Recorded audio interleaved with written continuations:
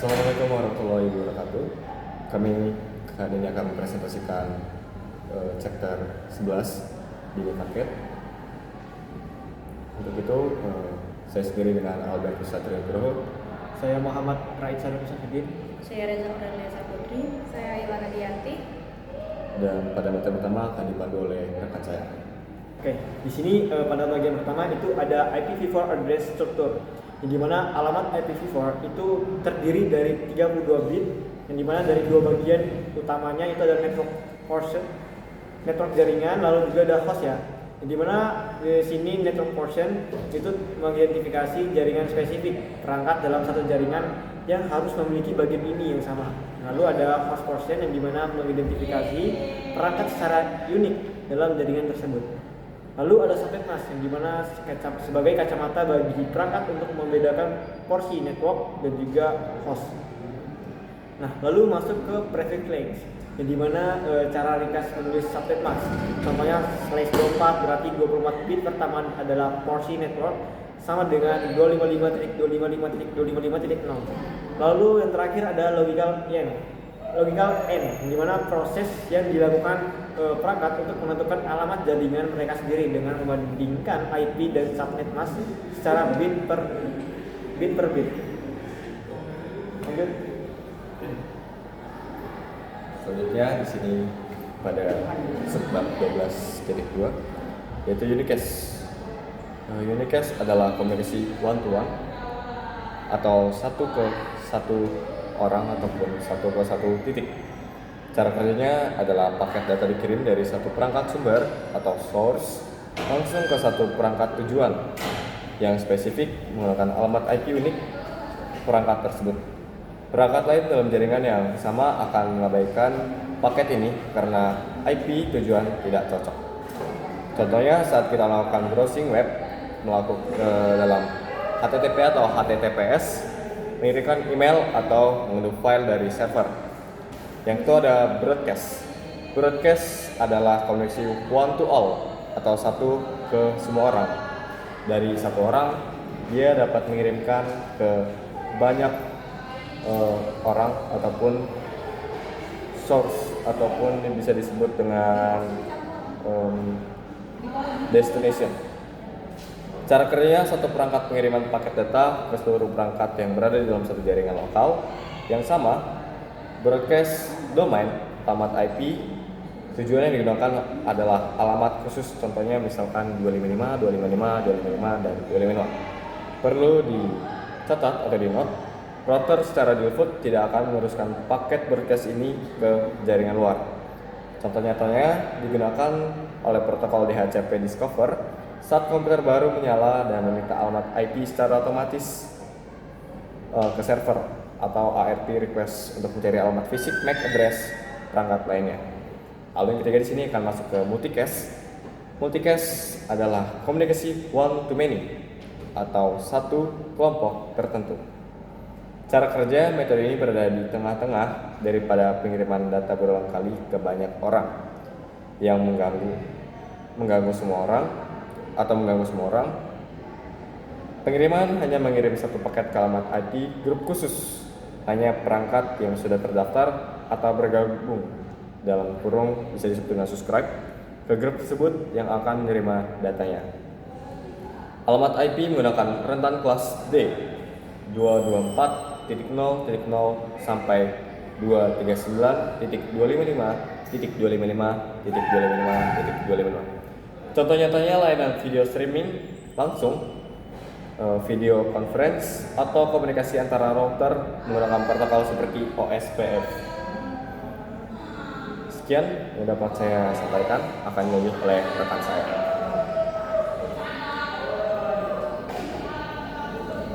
Selanjutnya yaitu 11.3 Types of IPv4 Addresses. Pada materi ini kita membahas jenis-jenis IPv4 address. Tidak semua IP address sama, ada yang digunakan untuk internet dan ada juga yang hanya digunakan di jaringan lokal. 11.3.1 Public and Private IPv4 Addresses. Public IP digunakan untuk terhubung ke jaringan, sedangkan privat IP digunakan di jaringan lokal seperti rumah, sekolah, atau kantor. 11.3.2 yaitu routing to the internet. Perangkat yang menggunakan privat IP memerlukan router dengan NAT agar bisa mengakses internet. Yaitu selanjutnya 11.3.3 yaitu activity path or block IP4 addresses. Pada bagian ini kita belajar membedakan alamat IP yang bisa digunakan di internet dan yang tidak. Selanjutnya yaitu 11.3.4 special use IP4 addresses. Ada juga IP khusus misalnya 127.0.0.1 untuk localhost atau pengujian pada komputer sendiri. 11.3.5 latency classful addressing. Dulu IP4 dibagi menjadi kelas A, B, C, dan E. Pembagian ini digunakan untuk membedakan ukuran jaringan. 11.3.6 assessment of IP addresses. IP address bisa diberikan secara manual atau statik atau otomatis menggunakan DHCP. 11.3.7 activity public or private IP4 addresses. Di bagian ini kita berlatih mengenali apakah suatu IP ini termasuk public atau privat. Lalu selanjutnya yaitu 11.4 network segmentation. Network segmentation adalah cara membagi jaringan besar menjadi beberapa jaringan kecil supaya lebih cepat, lebih aman, dan lebih mudah dikelola. 11.4.1 broadcast domain and segmentation. Broadcast itu seperti pengumuman yang dikirim ke semua perangkat dalam satu jaringan. Kalau perangkatnya banyak, jaringan bisa jadi sibuk. Makanya jaringan dibagi menggunakan router atau VLAN agar broadcast tidak menyebar ke semua perangkat. 11.4.2 problem with large broadcast domain. Kalau broadcast domain terlalu besar, jaringan bisa menjadi lambat, lalu lintas data semakin padat, dan proses mencari masalah juga jadi lebih sulit. 11.4.3 reason of segmenting network. Segmentasi dilakukan supaya performa jaringan lebih baik, broadcast berkurang, keamanan meningkat, dan pengelolaan jaringan menjadi lebih mudah. Jadi semakin besar sebuah jaringan, semakin penting digunakan segmentasi agar jaringan tetap cepat, stabil, dan mudah dikelola. Selanjutnya akan disampaikan oleh teman saya.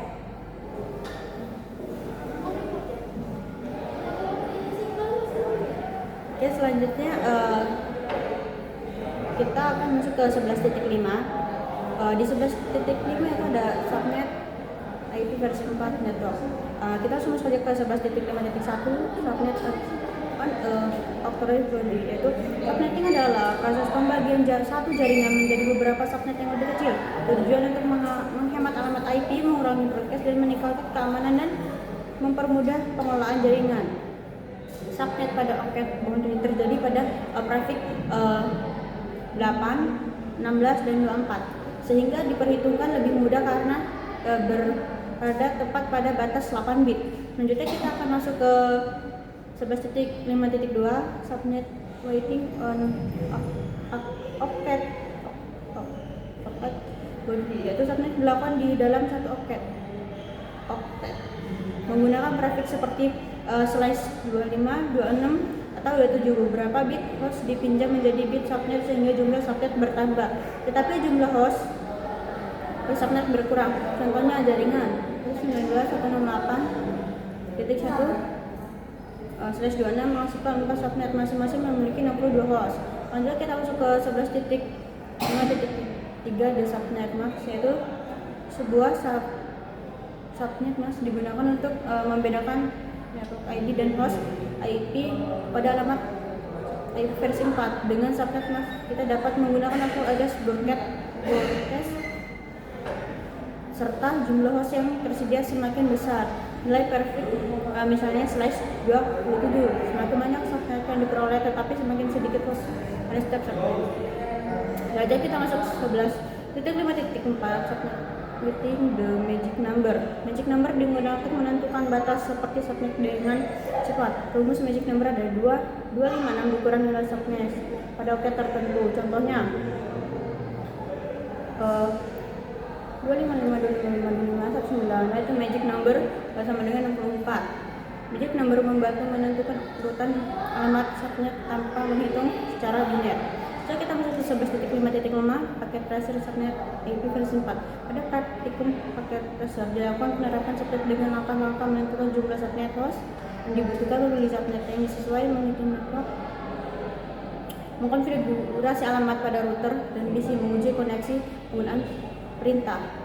Kesimpulan dari modul 11.5 ini adalah membahas konsep dasar subnetting versi 4, mulai dari subnet batas oket, subnet di dalam oket, fungsi subnet mask, dan penggunaan magic number untuk mempermudah perhitungan subnet, sehingga penerapan subnet dalam simulasi paket tracer. Materi ini menjadi dasar penting sebelum pelajaran subnet yang lebih spesial. Sekian materi dari saya. 11.8 itu pertama ada VLSM basic, ilustrasi sebuah jaringan besar yang dibagi rata lalu menyisakan banyak ruang kosong. Di sini kita diingatkan kembali bahwa pada subnetting tradisional seperti skema /16, setiap subnet dipaksa memiliki ukuran dan jumlah host yang sama rata. Masalahnya, tidak semua jaringan membutuhkan host sebanyak itu. Hal ini membuat banyak alamat IP version 4 terbuang sia-sia. Oleh karena itu, dikembangkanlah metode variable length subnet mask atau VLSM untuk membagi jaringan secara dinamis sesuai kebutuhan. Lanjut, sini ada address conservation. Sini karena ketersediaan IP public version 4 di dunia sudah sangat menipis, menghemat alamat host adalah prioritas utama saat mendesain jaringan. Sebagai catatan, masalah penghematan ini tidak ada pada IP version 6 karena ruang alamatnya yang sangat masif. Dan inilah yang mendorong transisi global ke IP versi 6 pada IP versi 4 public. Subnet berukuran tetap atau tradisional sudah tidak efisien lagi karena kebutuhan setiap segmen jaringan biasanya berbeda-beda. Lanjut, di sini ada cara kerja VLSM. VLSM memungkinkan kita membagi ruang jaringan menjadi bagian-bagian yang tidak sama besar dengan cara mengubah subnet masknya. Contoh konkretnya adalah jalur koneksi antar router yang hanya butuh 2 alamat IP. Jika memakai subnet standar /27 30 host, kita membuang 28 IP. Dengan VLSM, kita memecah subnet /27 tersebut menggunakan mask /30. Berdasarkan rumus, menyisakan 2 bit host akan menghasilkan tepat 2 alamat IP, sehingga tidak ada IP yang mubazir. Selanjutnya, VLSM topologi address assignment. Sini kita melihat implementasi topologi VLSM. Setelah perhitungan selesai, alamat IP yang efisien tadi langsung diterapkan ke perangkat. Jaringan LAN yang padat mendapatkan subnet berkapasitas besar, sedangkan jalur penghubung antar router menggunakan subnet /30. Semua interface router dan host mendapatkan alamat IP yang pas tanpa ada pemborosan satu ruang alamat pun. Selanjutnya di sini aktivitas praktik VLSM. Jadi bagian ini dirancang untuk menguji pemahaman kita dalam menghitung, memecah bit, dan mengalokasikan subnet mask yang bervariasi secara mandiri agar kita semakin mahir sebelum menerapkan di jaringan nyata. Itu perencanaan alamat jaringan IP versi 4. Kita masuk ke 11.9. Sebelum melakukan subnetting, seorang administrator jaringan harus melakukan studi kebutuhan. Kita harus tahu berapa subnet yang dibutuhkan, jumlah host, dan potensi pertumbuhan di masa depan. Perencanaan ini memisahkan area intranet, jaringan internal yang menggunakan IP privat dan lebih fleksibel, dengan area yang menghadap internet luar. Di area DNS ini menghemat ketat, penggunaan VLSM wajib dilakukan karena keterbatasan IP publik. Selanjutnya, device address assignment. Kita mempelajari aturan pengolokasian alamat perangkat. Pemberian IP dibedakan menjadi berdasarkan jenis alamatnya. Yang pertama itu end user client menggunakan DHCP agar IP terisi otomatis, penghemat waktu staff, dan menghindari salah ketik. Kedua, server dan peripheral menggunakan IP statis yang konsisten. Server publik di internet nantinya akan diakses menggunakan bantuan NAT. Setelah itu, intermediary device device, switch atau router. Diberikan IP statis demi kemudahan manajemen, monitoring, dan keamanan. Selanjutnya ada gateway. Jadi setiap interface router yang menjadi gerbang keluar jaringan harus diberi IP statis yang dapat diprediksi oleh host di bawahnya. Sekian dari saya. Terima kasih. Saya akhiri. Wassalamualaikum warahmatullahi wabarakatuh. Assalamualaikum warahmatullahi wabarakatuh. Perkenalkan, nama saya Rahmat Fadila Putra dari kelas 2C dengan FM 25782079. Saya di sini akan mempresentasikan materi tentang chapter 11.6 subnet /16n/8pp. Pertama, apa itu IPv4 addressing? IPv4 atau Internet Protocol versi 4 adalah sistem pengelamatan yang digunakan untuk memberikan alamat unik pada setiap perangkat. Di jaringan alamat IPv4 terdiri dari 30 bit yang dibagi menjadi 4 oktet, masing-masing berisi 8 bit. Oke, yang selanjutnya prefix /8. Prefix /8 berarti 8 bit pertama digunakan sebagai network ID, sedangkan 24 bitnya sisanya digunakan sebagai host ID. Contoh subnet masknya 255.0.0.0. Oke, prefix /16. Prefix /16 berarti memiliki 16 bit pertama digunakan dengan network ID, sedangkan 16 bit sisanya digunakan menjadi host ID. Subnet masknya 255.0.0. Oke, jadi kesimpulannya prefix /8 menggunakan 8 bit pertama sebagai network ID dan 24 bit sebagai host ID, sehingga dapat menampung hingga 16.777.214 host. Prefix /16 menggunakan 16 bit sebagai network ID dan 16 bit sebagai host ID, sehingga dapat menampung sehingga 65.534 host. Semakin besar nilai prefix, semakin sedikit bit host yang tersedia, sehingga jumlah host yang dapat digunakan dalam satu subnet juga semakin sedikit. Memahami prefix /8 dan /16 merupakan dasar penting untuk mempelajari subnetting yang lebih lanjut seperti /24, 25, 26, dan seterusnya. Oke, selanjutnya saya akan mempresentasikan materi 11.7.